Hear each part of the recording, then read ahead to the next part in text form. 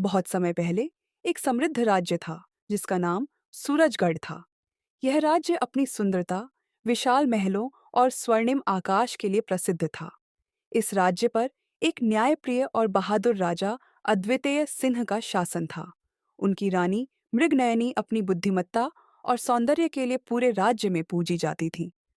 दोनों के बीच अपार प्रेम था, लेकिन भाग्य ने उनके जीवन में एक ऐसा मोड़ लाया जो उनके प्रेम की परीक्षा लेने वाला था। राजा अद्वितीय सिंह और रानी मृगनयनी का जीवन सुखमय था, परंतु महल में एक रहस्यमयी कहानी पीढ़ियों से कही जाती थी।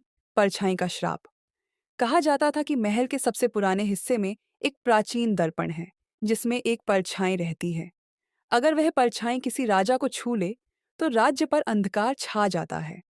राजा इन कहानियों पर विश्वास नहीं करते थे, लेकिन रानी मृगनयनी को हमेशा एक अनजाना डर सताता था। एक दिन महल के गुप्त तहखाने की सफाई करते समय एक सैनिक ने वह रहस्यमयी दर्पण खोज लिया। उसने उत्साह में आकर दर्पण को राजा के कक्ष में रखवा दिया। उसी रात राजा को एक सपना आया। एक धुंधली परछाई उन्हें पुकार रही थी। जब राजा की आंख खुली तो वह देख सकते थे कि दर्पण की सतह पर एक हल्की परछाई हिल रही थी। रानी ने राजा से दर्पण हटवाने की विनती की, लेकिन राजा ने इसे एक संयोग समझा। कुछ दिनों बाद राज्य में अजीब घटनाएं होने लगीं। फसलें सूखने लगीं, जानवर बीमार पड़ने लगे और लोगों को रात में डरावनी आवाजें सुनाई देने लगीं। धीरे धीरे राजा भी बदलने लगे। वे चिड़चिड़े और क्रोधित हो जाते। कभी कभी तो उन्हें अपनी ही परछाई से डर लगने लगता। रानी मृगनयनी को समझ आ गया कि यह दर्पण की परछाई का प्रभाव है। उन्होंने महल के सबसे बुजुर्ग विद्वान आचार्य वसुदेव से मदद मांगी। आचार्य वसुदेव ने बताया कि यह परछाई किसी साधारण आत्मा की नहीं, बल्कि एक प्राचीन दुष्ट राजा कालसेन की है।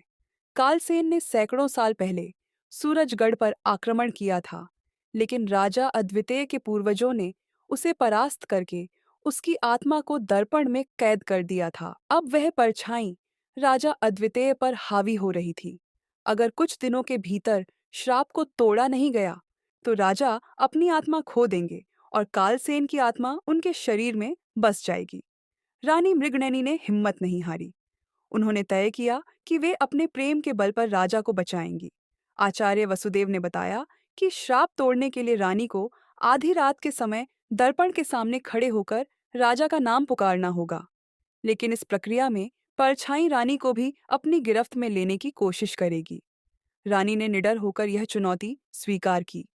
आधी रात को रानी मृगनयनी दर्पण के सामने खड़ी हो गई। जैसे ही उन्होंने राजा अद्वितीय का नाम पुकारा, दर्पण की परछाई जीवंत हो उठी। वह एक विकृत चेहरे वाला धुंधला आकृति बन गई और रानी की ओर बढ़ने लगी। परछाई ने रानी को भयभीत करने की कोशिश की, लेकिन रानी ने अपना हाथ दर्पण की ओर बढ़ाते हुए कहा, मेरे प्रेम की शक्ति किसी भी अंधकार को मिटा सकती है।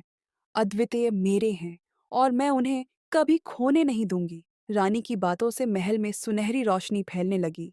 राजा अद्वितीय, जो बेहोश पड़े थे, धीरे धीरे होश में आने लगे। दर्पण की परछाई दर्द में चीखने लगी और देखते ही देखते वह दर्पण छटक कर टुकड़ों में बिखर गया। जैसे ही दर्पण टूटा, सूरजगढ़ पर छाया अंधकार समाप्त हो गया।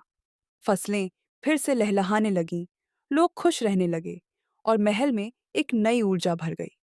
राजा अद्वितीय पूरी तरह स्वस्थ हो गए और उन्होंने रानी मृगनयनी को धन्यवाद देते हुए कहा, तुम्हारा प्रेम ही मेरी सबसे बड़ी ताकत है।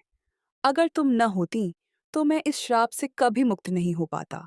अमर प्रेम की गाथा राजा और रानी ने महल के उस खंड को हमेशा के लिए बंद करवा दिया और दर्पण के टुकड़ों को एक पवित्र नदी में प्रवाहित करवा दिया।